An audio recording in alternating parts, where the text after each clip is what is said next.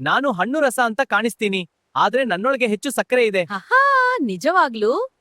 ನಾನು ತುಂಬಾ ದಿನ ಶೆಲ್ಫ್ನಲ್ಲಿ ಇರುತ್ತೀನಿ, ಏಕೆಂದ್ರೆ ನಾನು ಪ್ರೊಸೆಸ್ಡ್. ರುಚಿ ಚೆನ್ನಾಗಿರುತ್ತೆ, ಆದ್ರೆ ಆರೋಗ್ಯಕ್ಕೆ ಅಷ್ಟಾಗಿ ಉಪಯೋಗ ಇಲ್ಲ.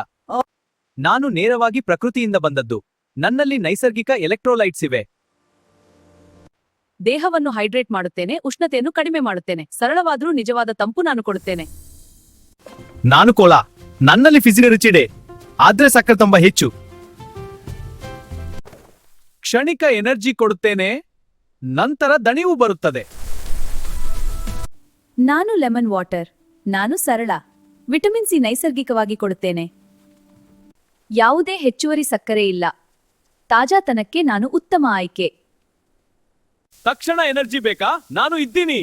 ಆದ್ರೆ ನಂತರ ಕ್ರ್ಯಾಶ್ ಖಚಿತ. ನಾನು ದೇಹದ ಬಿಸಿಯನ್ನು ಕಡಿಮೆ ಮಾಡುತ್ತೇನೆ, ಜೀರ್ಣಕ್ರಿಯೆ ಸುಗಮವಾಗುತ್ತದೆ, ಶಾಂತ ಮತ್ತು ದೀರ್ಘಕಾಲದ ಶಕ್ತಿ ಕೊಡುತ್ತೇನೆ. ನಾನು ಪ್ಯಾಕ್ ಜ್ಯೂಸ್. ಲೇಬಲ್ ಮೇಲೆ 100% ಅಂತ ಬರೀತಾರೆ. ಆದ್ರೆ ಪ್ರೊಸೆಸಿಂಗ್ ನಿಂದ ಕೆಲವು ಪೋಷಕಾಂಶ ಕಡಿಮೆಯಾಗುತ್ತದೆ. ನಾನು ಸ್ಟ್ರಾಬೆರಿ ಸ್ಮೂತಿ. ಮನೆಯಲ್ಲಿ ತಯಾರಾದ ನಾನು, ಹೆಚ್ಚುವರಿ ಸಕ್ಕರೆ ಐತೆಲ್ಲ.